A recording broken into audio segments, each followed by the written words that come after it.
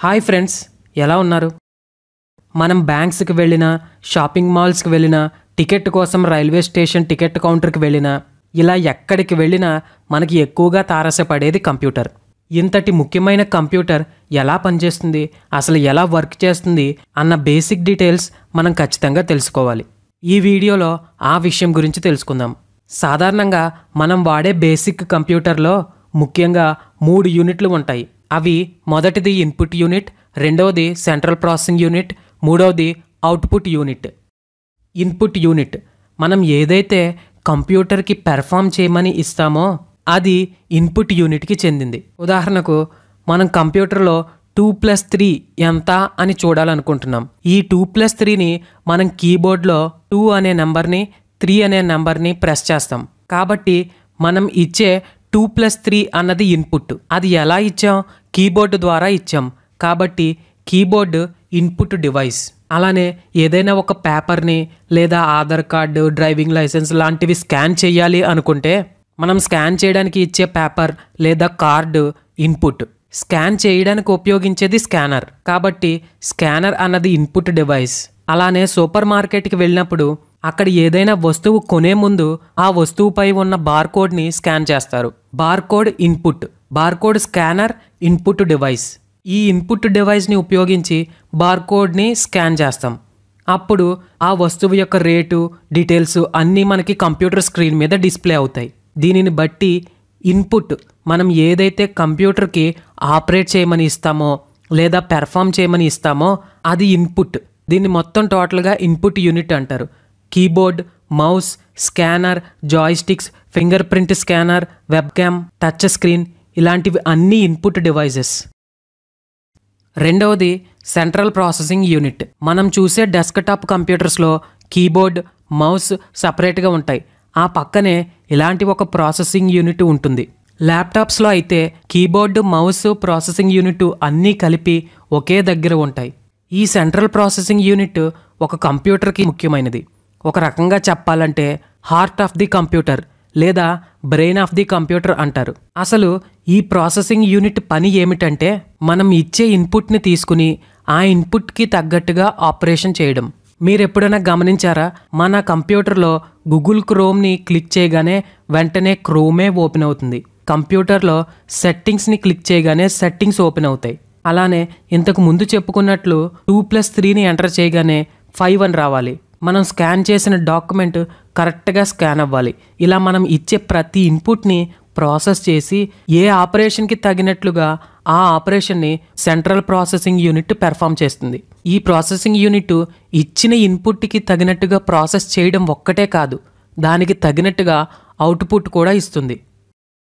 మన కంప్యూటర్లో మనకి తగ్గట్టుగా ఏమైనా సెట్టింగ్స్ని మార్చుకున్నప్పుడు ఆ సెట్టింగ్స్ని స్టోర్ చేయడం, అంటే మనం సెట్ చేసుకున్న పాస్వర్డ్ని ప్రాసెసర్ స్టోర్ చేసుకుని కరెక్ట్ పాస్వర్డ్ ఎంటర్ చేసినప్పుడు మాత్రమే ఓపెన్ అవ్వడం, రాంగ్ పాస్వర్డ్ ఎంటర్ చేస్తే ఇన్కరెక్ట్ అని చూపించడం, అలానే మనం డౌన్లోడ్ చేసుకున్నవి స్టోర్ చేయడం, ఇలా ప్రతి విషయము సెంట్రల్ ప్రాసెసింగ్ తోటి లింక్ అయి ఉంటుంది.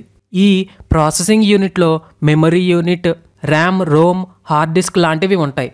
ఈ ప్రాసెసర్ చూడ్డానికి ఒక చిన్న చిప్ లాగా ఉంటుంది. ప్రాసెసర్ని, ర్యామ్ని, హార్డ్ డిస్క్, ఐసీస్, అలానే పవర్ సప్లై యూనిట్ని ఒక పీసీబీ మీద ఫిక్స్ చేస్తారు. దాన్నే మదర్ బోర్డ్ అంటారు. ప్రాసెసర్స్ని ఇంటెల్, ఏఎండి లాంటి కొన్ని కంపెనీస్ తయారు చేస్తాయి. ప్రతి ఆపరేషన్ లేదా కంప్యూటర్ యొక్క ప్రతి ఫంక్షను సెంట్రల్ ప్రాసెసింగ్ మీద డిపెండ్ అయి ఉంటుంది. కాబట్టి దీనినే heart of the computer are brain of the computer అని అంటారు. ఇక మూడవది అవుట్పుట్ యూనిట్. మనం ఇచ్చే ఇన్పుట్ని ప్రాసెసింగ్ యూనిట్ ప్రాసెస్ చేస్తుంది. అలా ప్రాసెస్ చేసిన దాని రిజల్ట్ అవుట్పుట్ యూనిట్కి చేరుతుంది. అప్పుడు మనకు అవుట్పుట్ డివైజెస్ ద్వారా మనకు తగినట్టుగా అవుట్పుట్ వస్తుంది. ఉదాహరణకు మన కంప్యూటర్లో స్కాన్ చేసిన ఒక పేపర్ ఉంది.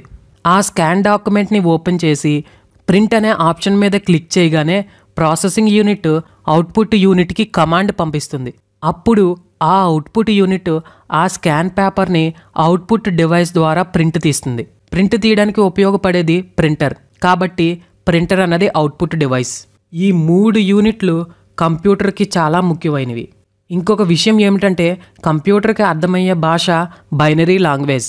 బైనరీ లాంగ్వేజ్ అంటే జీరోస్ అండ్ వన్స్. 0 అంటే ఆఫ్, 1 అంటే ఆన్. మనం ఏ ఇన్పుట్ ఇచ్చినా అది ఖచ్చితంగా 0 అండ్ 1 ఫామ్లోకే మారుతుంది. ఎందుకంటే కంప్యూటర్ 0 అండ్ 1 ఫామ్నే అర్థం చేసుకుంటుంది. ఉదాహరణకు ఇందాక చెప్పుకున్నట్లుగా 2+3 అన్నది మనం ఇన్పుట్ డివైస్ కీబోర్డ్లో ప్రెస్ చేస్తే అప్పుడు 2కి ఒక కోడ్ ఉంటుంది. 2 యొక్క కోడ్ 0010. అలానే 3కి ఒక కోడ్ ఉంటుంది, దాని యొక్క కోడ్ 0011. ఇలా ఒక్కో నెంబర్కి ఒక్కొక్క బైనరీ కోడ్ ఉంటుంది. అలానే A to Z ఆల్ఫాబెట్స్కి కూడా కొన్ని కోడ్స్ ఉంటాయి. ఇలా ప్రాసెసర్ మనం ఇచ్చిన ఇన్పుట్ని తీసుకుని జీరోస్ అండ్ వన్స్లోకి మార్చుతుంది. అవుట్పుట్ కూడా జీరోస్ అండ్ వన్స్లోకి వస్తుంది. దాన్ని కూడా ప్రాసెసర్ మార్చి మనకు అర్థమయ్యేలా అవుట్పుట్ జనరేట్ చేస్తుంది. కాబట్టి ఏదైనా కంప్యూటర్ వర్క్ చేయాలి అంటే ఈ 3 యూనిట్లు ఖచ్చితంగా ఉండాల్సిందే. 1946లో ఉన్న ఒక కంప్యూటర్ యొక్క సైజు 1800 స్క్వేర్ ఫీట్లు, అంటే 4 గదుల ఇల్లంతా కంప్యూటర్ తయారు చేశారు. అప్పట్లో కంప్యూటర్ తయారీకి 1800 వాక్యూమ్ ట్యూబ్స్ని ఉపయోగించారు. ఆ కంప్యూటర్ మొత్తం బరువు 50 టన్నులు, అంటే 50,000 కేజీలు. కానీ ఇప్పుడు మన అరచేతులలోనే ఇమిడిపోయే కంప్యూటర్ని తయారు చేస్తున్నారు.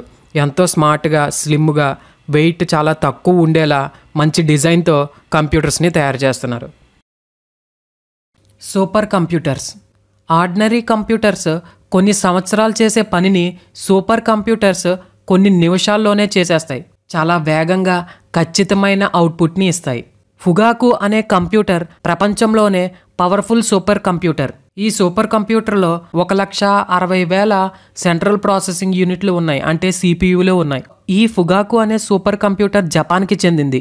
ఫిజిట్సు అనే జపాన్ కంపెనీ ఈ సూపర్ కంప్యూటర్ని తయారు చేశారు. ఈ సూపర్ కంప్యూటర్ని అనేక ముఖ్యమైన అంశాలకు ఉపయోగిస్తారు.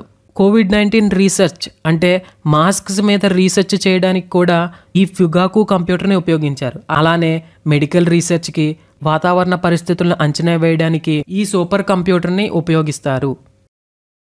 ఓకే ఫ్రెండ్స్, ఈ వీడియోలో ఒక కొత్త విషయం మీకు చెప్పాను. ఇలాంటి ఇంట్రెస్టింగ్ ఫ్యాక్ట్స్, అలానే మన చుట్టూ జరుగుతున్న విషయాల్ని తెలుసుకోవాలంటే ఈ ఛానల్ని సబ్స్క్రైబ్ చేసుకోండి. Thank you for watching.